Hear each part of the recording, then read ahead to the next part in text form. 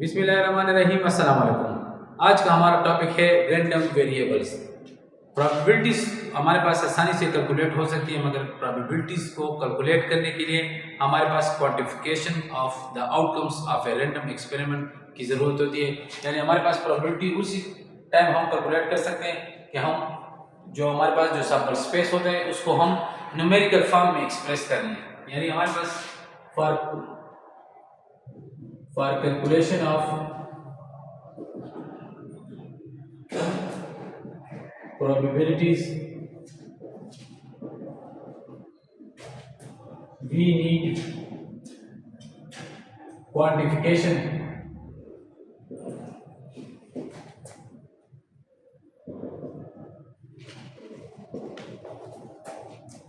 of the outcomes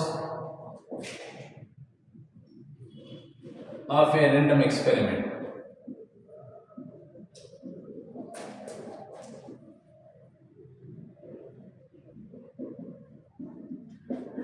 तो इस मकसद के लिए हम for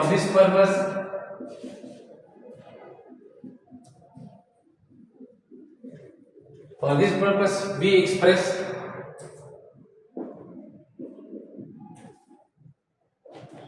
sample space in numerical form।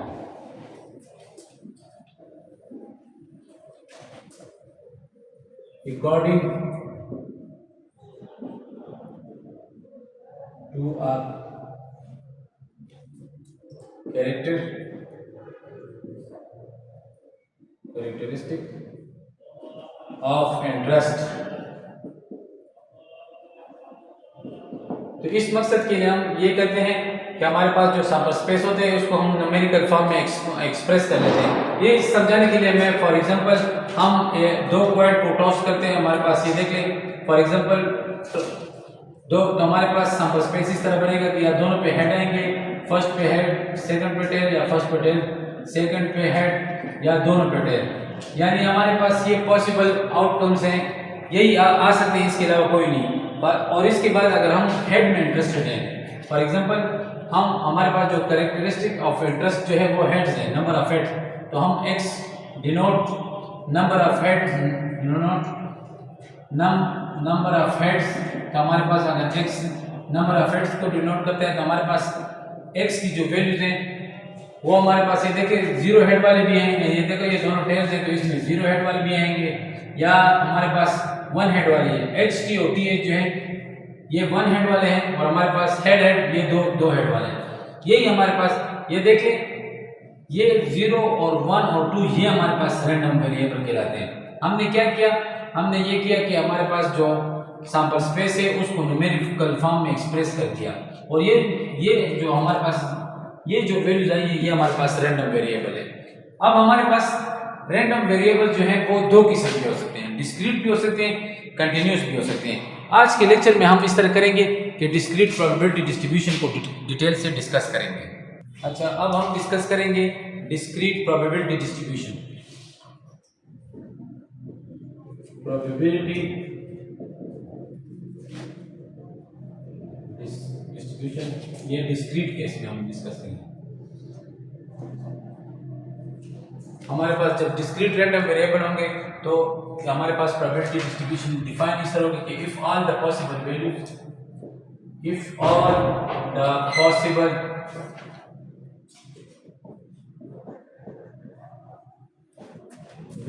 of a random variable along with their respective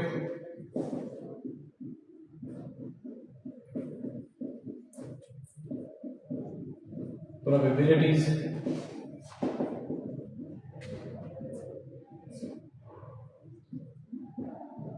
expressed in tabular form।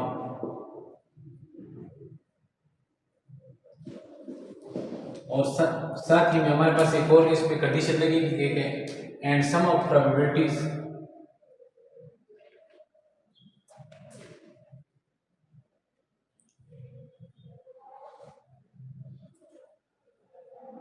Is equal to 1।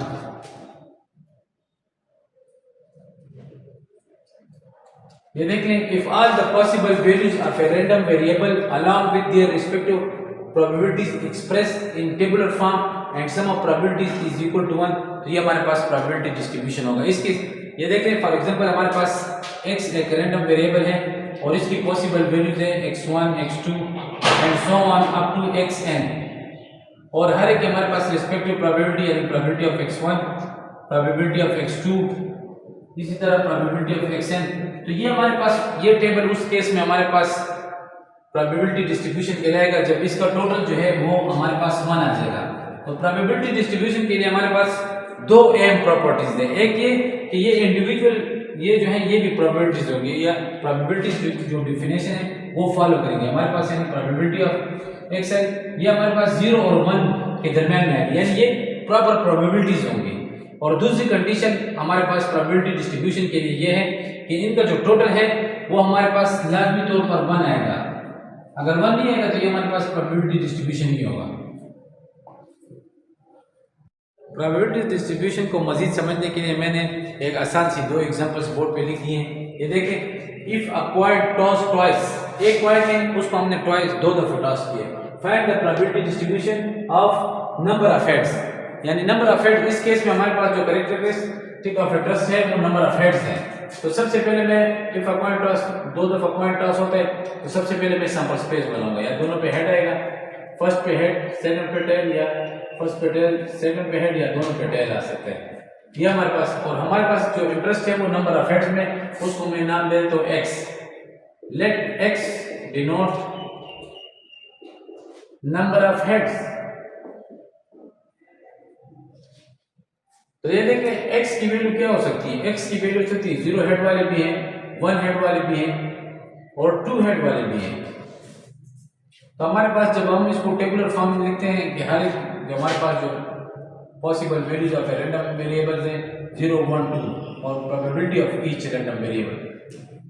तो देखो 0 हमारे पास 0 हेड वाले 1 है और टोटल 4 हैं, तो हमारे पास 1/4 इसकी प्रोबेबिलिटी आ जाएगी 1/4। ये क्लासिकल डेफिनेशन है जो हम पिछले लेक्चर में सीख चुके हैं कि प्रोबेबिलिटी कैलकुलेट इस तरह होती है कि जिस चीज की प्रोबेबिलिटी हम मालूम करते हैं उसकी तादाद को सैंपल स्पेस की तादाद से डिवाइड करते हैं। तो ये देखिए इस केस में 0 हेड, तो हमारे पास 0 हेड वाले 1 ही है और टोटल हमारे पास जो सैंपल स्पेस की तादाद है वो 4 है। इस तरह 1 हेड वाले देखिए ये 2 हैं, तो इसकी प्रोबेबिलिटी आ जाएगी 2/4, और 2 हेड्स वाले हमारे पास 1 है तो इसकी प्रोबेबिलिटी भी आ जाएगी 1/4। और ये देखिए जब हम इसका टोटल करते हैं तो हमारे पास आ जाएगा 4/4 यानी 1। तो ये हमारे पास प्रोबेबिलिटी डिस्ट्रीब्यूशन सिंपल। अच्छा, दूसरी जो एग्जांपल है हमारे पास वो है a fair die is rolled once. तो जब एक डाई है लड्डू का चक्का है उसको हम एक दफा रोल करते हैं तो हमारे पास सैंपल स्पेस आएगा या 1 आएगा या 2 आएगा या 3 आएगा या 4 या 5 या 6। यही हमारे पास पॉसिबल वैल्यूज हैं। तो इसके इससे हम जब प्रोबेबिलिटी डिस्ट्रीब्यूशन बनाएंगे तो इसको हम फॉर एग्जांपल y से डिनोट कर लेते हैं। और प्रोबेबिलिटी डिस्ट्रीब्यूशन मालूम करने ऑफ अपर फेस तो हम कहते हैं कि let y denote the upper face. तो इस केस में हमारे पास y की वैल्यू भी यही आएंगी, या 1 आएगा या 2, 3, 4, 5, 6। देखिए अपर फेस में हमारे पास लड्डू का जो चक्र होता है उसमें या 1 आएगा या 2 या 3 या 4 या 5 या 6 एंड सो ऑन, ये 6 तक ही आएगी हमारे पास। ये देखें y और प्रोबेबिलिटी ऑफ y की वैल्यू है 1, 2, 3, 4, 5 और 6। तो 1 हमारे पास देखिए 1 एक ही है और टोटल सैंपल स्पेस की तादाद 6 है 1/6।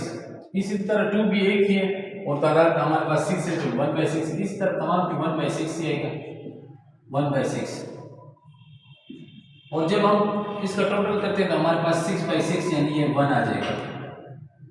ये देख लें दो आसान से एग्जांपल मैंने लिखी कि प्रोबेबिलिटी डिस्ट्रीब्यूशन का स्टक कैसे होती है। प्रोबेबिलिटी डिस्ट्रीब्यूशन की जो प्रॉपर्टी है हमारे पास सम ऑफ, यानी हमारे पास सम ऑफ प्रोबेबिलिटीज जो होंगी वो 1 की इक्वल होगी। उसकी मदद से हम मिसिंग वैल्यूज भी मालूम कर सकते हैं। ये देखें इसमें हमने मालूम करना है c की वैल्यू, find the value of c। Value of C, तो सी की वैल्यू हम इस प्रॉपर्टीज को यूज करके हम सी की वैल्यू फाइंड करेंगे। देख लें हमारे पास 3c + 3c + 6c, ये हमारे पास 1 होगा तो तभी हमारे पास ये प्रोबेबिलिटी डिस्ट्रीब्यूशन, जिस तरह ऊपर लिखे सपोज x है प्रोबेबिलिटी डिस्ट्रीब्यूशन, यानी ये प्रोबेबिलिटी डिस्ट्रीब्यूशन है। तो प्रोबेबिलिटी डिस्ट्रीब्यूशन के लिए हमारे पास ये प्रॉपर्टी है कि ये 1 के इक्वल आना चाहिए, और 1 के इक्वल नहीं होगा तो ये प्रोबेबिलिटी डिस्ट्रीब्यूशन भी नहीं होगा। तो ये इस प्रॉपर्टी को यूज करते हुए हम ये जो अननोन वैल्यू ऑफ c है वो मालूम करेंगे। हमारे पास ये आ जाएगा 12c, 3c और 6c, ये 12c आ जाएगा 1 के इक्वल, या c की वैल्यू आ जाएगी 1/12। ये c की वैल्यू हम यहाँ रिप्लेस कर लेते हैं तो हमारे पास रिक्वायर्ड, ये देखें हमारे पास -1 0 1, और यहाँ पर p ऑफ x आ जाएगा हमारे पास 3c, तो c की वैल्यू 1/12 है तो ये 3/12 हो जाएगा। यहाँ हमारे पास 3c तो ये भी 3/12 हो जाएगा, और 6c यानी 6/12, और जब इसको हम कैलकुलेटर की मदद से कैलकुलेट करेंगे, सम करेंगे तो ये 1 आएगा हमारे पास। इसी तरह मैंने दूसरी एग्जांपल लिखी हुई है, इसे थोड़ी चेंज करके ये देख रहे हैं हमारे पास यहाँ भी प्रोबेबिलिटी डिस्ट्रीब्यूशन की जो प्रॉपर्टी है कि sum of probabilities must be equal to 1, तो वो प्रॉपर्टी हम यूज करेंगे। यानी हमारे पास 0.3 + 0.2 + c + 0.1 + 0.2, ये हमारे पास 1 की इक्वल आना चाहिए। 1 की इक्वल हो तो तभी हमारे पास प्रोबेबिलिटी डिस्ट्रीब्यूशन होगी, अदरवाइज कुछ और हो सकते हैं, प्रोबेबिलिटी डिस्ट्रीब्यूशन नहीं होगी। ये हमारे पास आ जाएगा 0.8, ये देखिए जब हम 0.3 0.2 0.1 और 0.2 को ऐड करते हैं तो ये हमारे पास 0.8 + c = 1, यानी c की वैल्यू हमारे पास आ जाएगी 1 - 0.8 यानी 0.2। ये देखिए इस प्रॉपर्टी को यूज करते हुए हमने अननोन वैल्यू मालूम कर ली। इसको मैं रिप्लेस कर देता हूँ यहाँ पे 10 20 30 और 40 और 50, और यहाँ पे हमारे पास प्रोबेबिलिटी आ जाएगी 0.3 0.2, c की वैल्यू हमारे पास 0.2 0.1 और 0.2। ये देखिए प्रोबेबिलिटी डिस्ट्रीब्यूशन की जो प्रॉपर्टी है उसको यूज करते हुए हम अननोन वैल्यू भी मालूम कर सकते हैं। तो ये भी हमारे पास एक यूज आया इसका, मजीद सीखते हैं। अच्छा, अब मैंने एक एग्जांपल बोर्ड पे लिखी हुई है कि if x has probability distribution, ये हमारे पास एक प्रोबेबिलिटी डिस्ट्रीब्यूशन है, इनकी मदद से हमने इन क्वेश्चन के आंसर देने हैं। तो देखिए ये भी बहुत आसान है, ये डिस्क्रीट प्रोबेबिलिटी डिस्ट्रीब्यूशन का केस है। तो इस केस में हमारे पास ये प्रोबेबिलिटीज मालूम करना इंतहाई आसान है। यानी जिस तरह इसका फर्स्ट पार्ट है प्रोबेबिलिटी ऑफ x < 7, तो <7 ये देखिए 7 से लेस, 7 इसमें शामिल नहीं है, 7 से लेस, तो 7 से लेस हमारे पास 4 और 6 है, यानी हमने प्रोबेबिलिटी ऑफ 4 मालूम करनी है प्लस प्रोबेबिलिटी ऑफ 6 मालूम करनी है। हमारे पास प्रोबेबिलिटी ऑफ 4 है 0.2 और प्रोबेबिलिटी ऑफ 6 है 0.4। जब इन दोनों को हम ऐड करेंगे तो ये आ जाएगा हमारे पास 0.6। इसी तरह इसका सेकंड पार्ट देख लीजिए, हमारे probability of x greater than or equal to 7, इसमें देखो इक्वल का निशान है, यानी 7 भी इसमें शामिल है। 7 या 7 से बड़े बड़े, 7 या 7 से ग्रेटर, तो 7 या 7 से ग्रेटर तो 10 ही है हमारे पास, तो ये भी आ जाएगा। यानी प्रोबेबिलिटी ऑफ 7 और प्रोबेबिलिटी ऑफ 10, तो हमारे पास प्रोबेबिलिटी ऑफ 7 जो है वो है 0.3 और प्रोबेबिलिटी ऑफ 10 जो है हमारे पास 0.1, तो इससे हमारे पास आंसर आ जाएगा 0.4। अच्छा, इसका थर्ड जो पार्ट है, ये देखें, ये तो सीधा सीधा केस है कि probability of x equal to 6, तो वो तो हमारे पास है 6 की प्रोबेबिलिटी, वो हमारे पास है 0.4। अच्छा, इसके अलावा जो फोर्थ पार्ट है वो हमें कैलकुलेट करना है कि हमारे पास probability of x less than और इक्वल टू 6, इसमें इक्वल का निशान भी है, यानी 6 या 6 से कम, तो 6 या 6 से कम हमारे पास 6 और 4 आ जाएगा, यानी हमारे पास probability of 4 plus probability of 6 आ जाएगा, तो ये हमारे पास आ जाएगा 0.2 प्लस 0.4, तो इससे भी हमारे पास आंसर आ जाएगा 0.6। ये देखिए, ये एक आसान सी एग्जांपल है, इसकी मदद से मैंने आपको समझाया कि किस कैसे हम डिस्क्रीट प्रोबेबिलिटी डिस्ट्रीब्यूशन से प्रोबेबिलिटीज कैलकुलेट करेंगे। A random variable x has following probability distribution, यानी हमारे पास ये रैंडम वेरिएबल x और इसकी प्रोबेबिलिटी डिस्ट्रीब्यूशन हमारे पास ये है। तो मालूम हमने क्या करना है, मीन, वेरिएंस और स्टैंडर्ड डिविएशन। मीन हमारे पास इक्वल होता है डिस्क्रीट केस में मीन e ऑफ x के, और ये हमारे पास होता है कि x को हम p ऑफ x से मल्टीप्लाई करते हैं और इसको जब टोटल लेते हैं तो इसको हम e ऑफ x यानी मीन कहते हैं। देख लें, सिंपल इसको मीन को कैलकुलेट करना, हमारे पास सिंपल 0, 1, 2 और 3, साथ ही हमारे पास p ऑफ x है 1/7, 3/7, 2/7 और 1/7। ये मैंने क्वेश्चन लिख लिया। यहाँ मुझे एक और कॉलम की जरूरत पड़ेगी और वो है x multiply by p of x, यानी 0 को जब हम 1/7 से 0, 3 ये आ जाएगा 3/7, ये आ जाएगा 4/7 और ये आ जाएगा 3/7 और इसका टोटल हमारे पास आ जाएगा 10/7। 10/7 ये हमारे पास मीन आ गया। ये देखिए, बाय डेफिनेशन हमारे पास mean expected value of x की इक्वल होते हैं और expected value of x equal होते हैं हमारे पास कि जब हम x को p ऑफ x से मल्टीप्लाई करते हैं और उसका टोटल लेते हैं। तो हमने x को p ऑफ x से मल्टीप्लाई किया और उसका टोटल हमने लिया तो वो हमारे पास आ गया 10/7 और ये 10/7 हमारे पास मीन भी है। अच्छा, इस इक्वेशन का दूसरा पार्ट है वेरिएंस। जब हम वेरिएंस ऑफ x की बात करते हैं तो वेरिएंस ऑफ x हमारे पास इक्वल होता है expected value of x square minus expected value of x का होल स्क्वायर। या एक्सपेक्टेड वैल्यू ऑफ x यानी मीन वो तो हमने कैलकुलेट कर लिया हुआ है। दूसरी चीज हमारे पास है expected value of x square. तो expected value of x square by definition हमारे पास expected value of x square equal होते हैं x स्क्वायर को p ऑफ x से मल्टीप्लाई करें और उसका टोटल ले लें। तो देख लें, हमें यहाँ पे एक और कॉलम की जरूरत पड़ेगी और वो कॉलम होगा x square multiply by p of x। Simply x का स्क्वायर लेते जाएं और p ऑफ x यानी प्रोबेबिलिटी ऑफ x से मल्टीप्लाई करते जाएं। 0 का स्क्वायर 0, 0 मल्टीप्लाई बाय समथिंग तो ये 0 आ जाएगा। 1 का स्क्वायर 1, 1 मल्टीप्लाई बाय 3/7 तो इससे हमारे पास 3/7 आ जाएगा। 2 का स्क्वायर 4, 4 मल्टीप्लाई बाय 2 8, यहाँ आ जाएगा 8/7 और यहाँ हमारे पास 3 का स्क्वायर 9, 9 मल्टीप्लाई बाय 1 तो ये हमारे पास 9/7 आ जाएगा और इसका जो टोटल है वो हमारे पास आएगा 20/7। 20/7। तो देख लें, जब फार्मूले में हम पुट करते हैं ये हमारे पास expected value of x square की वैल्यू आ गई। Expected value of x square, तो ये देखिए फार्मूले में हम इसको पुट करते हैं expected value of x square जो है वो हमारे पास है 20/7 minus expected value of x का whole square. Expected value of x की वैल्यू जो है वो हमारे पास है 10/7, यानी 10/7 का होल स्क्वायर जब हम इसमें से माइनस करेंगे तो हमारे पास आंसर आएगा वेरिएंस ऑफ x का 20/7 माइनस 10/7 स्क्वायर। तो इससे हमारे पास आंसर आ गया 40 डिवाइड बाय 49 यानी 40/49। ये हमारे पास वेरिएंस ऑफ x की वैल्यू आ गई। और जहां तक हमें पता है कि स्टैंडर्ड डिविएशन हमारे पास हमेशा variance of x by definition variance of x का स्क्वायर रूट होता है। तो हमारे पास जो वेरिएंस ऑफ x की वैल्यू आई है वो है 40/49। तो जब हम इसका स्क्वायर रूट लेंगे तो हमारे पास स्टैंडर्ड डिविएशन ऑफ x आ जाएगा।